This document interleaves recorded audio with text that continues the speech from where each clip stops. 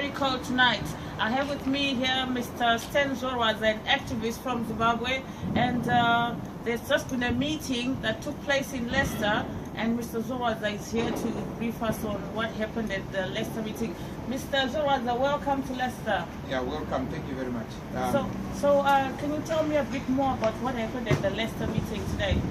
Look, today we convened in Leicester to discuss the way forward for Zimbabwe, under the banner of Raw Zimbabwe, and with other organizations like Zimbabwe Yes We Can.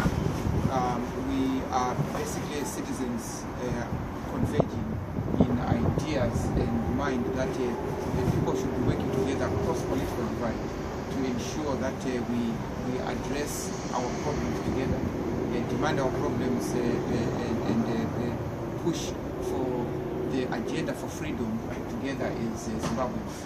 Okay, I understand you are also chairperson for the Vendors Association of Zimbabwe.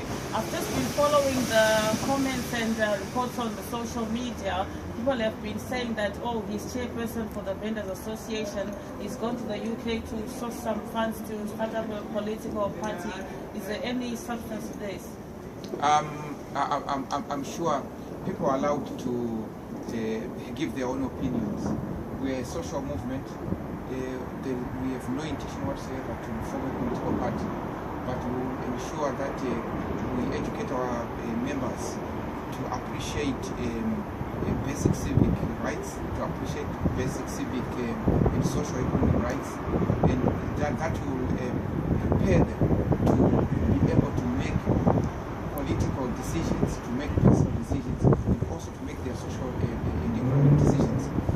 We continue to do this independently, and we are not influenced by any political ideology, but individuals that are bent to quickly think that we are of the idea of forming a political party, we allow them to think so, but that will not stop us from doing what we are doing.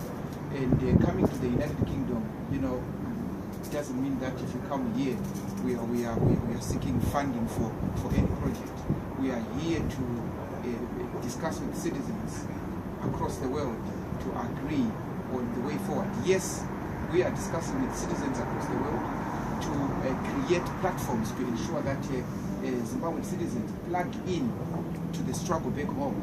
Like we've already gained a substantial mileage and understanding from citizens across the world that starting November the 18th, we are starting a new wave of protest.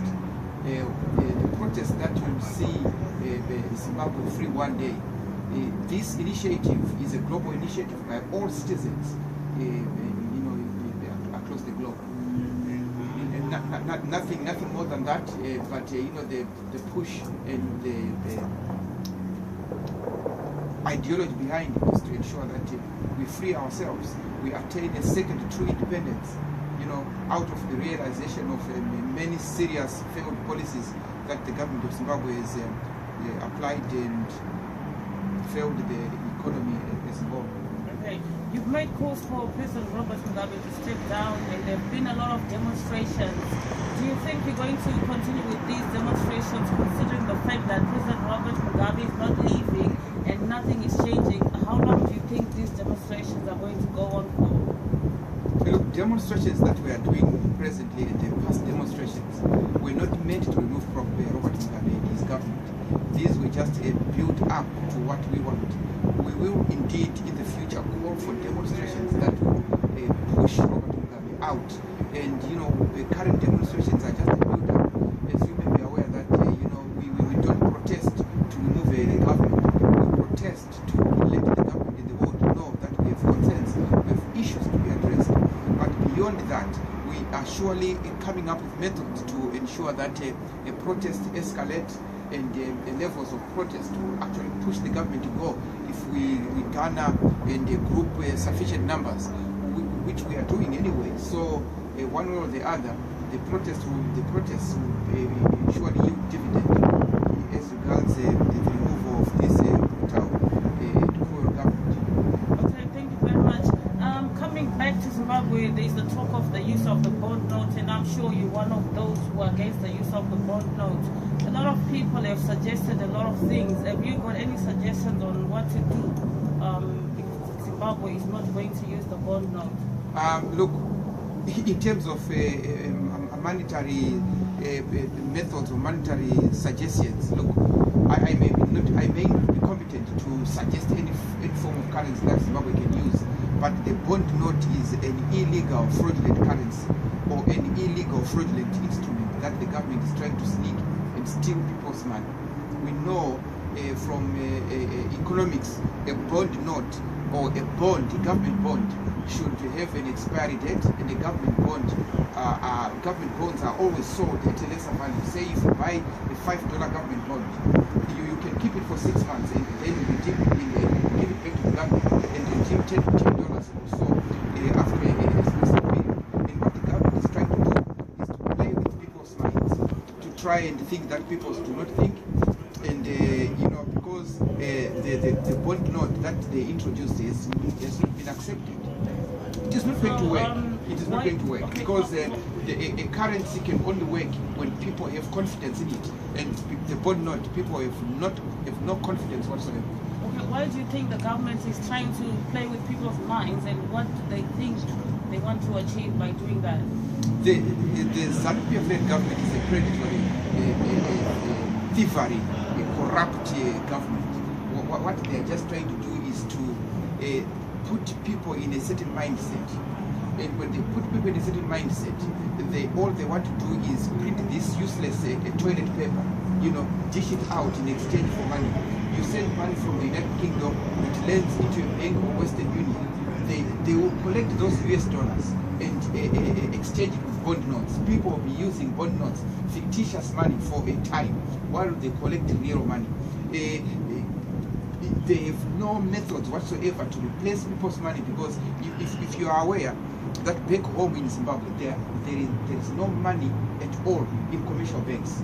People are made to wait days to get just a little that they've deposited in the banks, or those that have money as deposits cannot access it. Meaning to say that the country has no remedy in correcting the anomaly on the cash market or money market. So there is a problem. So we can't be hoodwinked to believe that this bond note will create miracle, and be equated to a currency, to US dollars. It's just impossible. Coming to the northern elections, Themba Mliswa won the elections. How do you think Themba Mliswa is going to face Xavier Kasukwere in Parliament? What do you think is going to go on? No, look, I think we have gone past beyond a level of individualizing our struggle and determining our future. Themba Mliswa and Kasukwere, whether they agree in Parliament, whether they disagree in Parliament, that is too small an issue to discuss on national dialogue or national platform. Our concerns here is to address the impasse, to address the economic foes, we're here to address the economic challenges, and because we have a broader and bigger array of issues to think of.